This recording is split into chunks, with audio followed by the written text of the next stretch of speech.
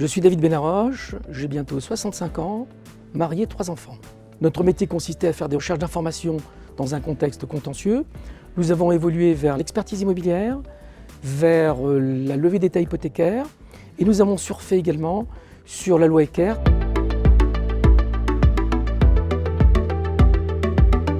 Ce n'était pas mon projet premier. J'avais pour ambition de transmettre cette entreprise et ce groupe à mes enfants. Ces derniers sont partis sur d'autres voies et je me suis retrouvé assez rapidement, à l'âge à peu près de 62 ans, à me questionner qu'est-ce que j'allais faire finalement de ce groupe, un groupe qui avait un potentiel de développement, un potentiel de croissance, et je ne voulais pas m'arrêter en si bon chemin.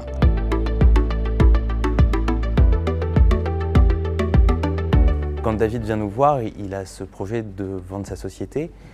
Toutefois, il n'en a pas spécialement l'envie ni le besoin. La société n'a pas besoin d'être cédée, elle va bien, elle est performante. Elle n'est pas dans une situation où elle aurait un besoin impérieux de s'adosser à un concurrent. Elle peut continuer à se développer. Et côté David, il est encore jeune, il a plein de projets. Il souhaite pérenniser et avoir une vision long terme qui aille au-delà de son accompagnement, mais il n'a pas spécialement envie aujourd'hui de s'arrêter pour faire d'autres choses. Il veut continuer à développer la société. 3 constats vont nous orienter vers un LBO. Le premier, c'est que David est prêt à vendre, il l'a dit. Le deuxième, c'est que la société Finaca a une très belle position stratégique. Et le troisième, c'est que nous identifions un contexte favorable à un projet de développement pour Finaca et de transformation.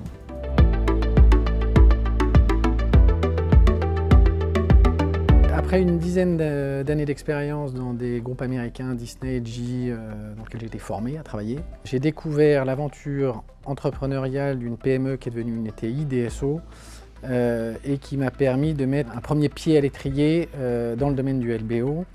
Et c'est à cette occasion que j'ai rencontré DEA, qui nous a accompagnés à la fois sur des opérations de croissance externe chez DSO, que sur la cession de DSO à MCS en 2018.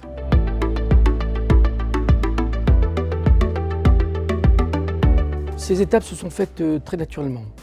On est passé, pour faire court, d'une entreprise familiale à une entreprise structurée et organisée, un board mensuel, des process, une équipe de dirigeants, de managers aux alentours à peu près de 10 personnes qui sont entrés et qui se sont impliqués également sur le plan capitalistique.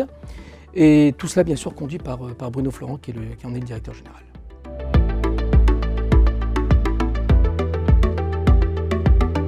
Pour se préparer, d'abord, on se fait accompagner par DEA parce que, au-delà du pilotage quotidien de l'entreprise, il y a tout un type d'exercice auquel on n'est ni préparé et très sincèrement, je pense, pas totalement compétent. On doit se faire accompagner pour ça par tout un certain nombre de conseils, une VDD stratégique, une VDD financière, on doit vérifier la qualité de nos agrégats et s'assurer que les projections financières sont tout à fait réalistes. Il y a des conseils juridiques, donc ça c'est un exercice qui est spécifique qui arrive normalement tous les 5 ans et il est indispensable d'être très bien accompagné sur un processus qui est à la fois chronophage et complexe.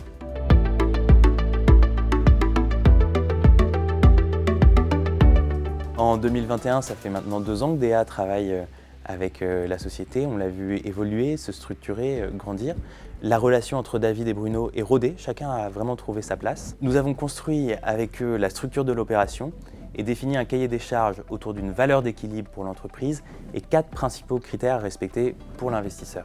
Le premier, on veut un fonds qui investisse de façon minoritaire pour laisser David rester majoritaire et en même temps avoir de la place pour que Bruno puisse investir et prendre une position significative au capital. Le deuxième, on veut que cet investissement se fasse principalement en instruments de taux.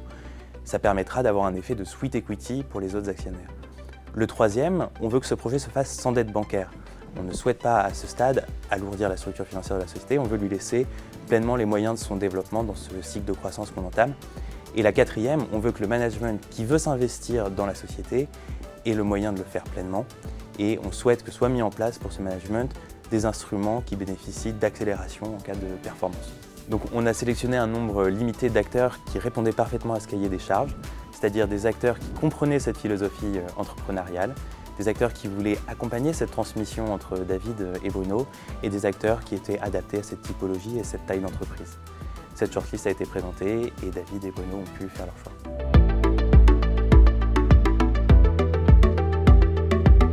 Progressivement, notre choix s'est tourné vers Next Stage pour plusieurs raisons. La première, c'est cette proximité que nous avons eue et nous avons trouvée auprès d'Aloïs de Fontaine, que je remercie.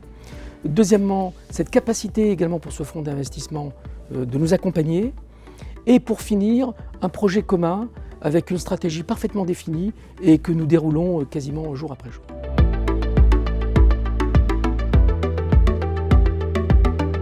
La première étape a consisté à faire entrer le management au capital ainsi que le fonds d'investissement. À ce titre, DEA nous accompagne et de façon extrêmement durable. La seconde étape, c'est de faire notre BP et d'assurer la croissance. Et j'aurais tendance à dire que ça se passe plutôt bien. La troisième étape consiste à réaliser une nouvelle opération pour faire monter en puissance l'équipe de management.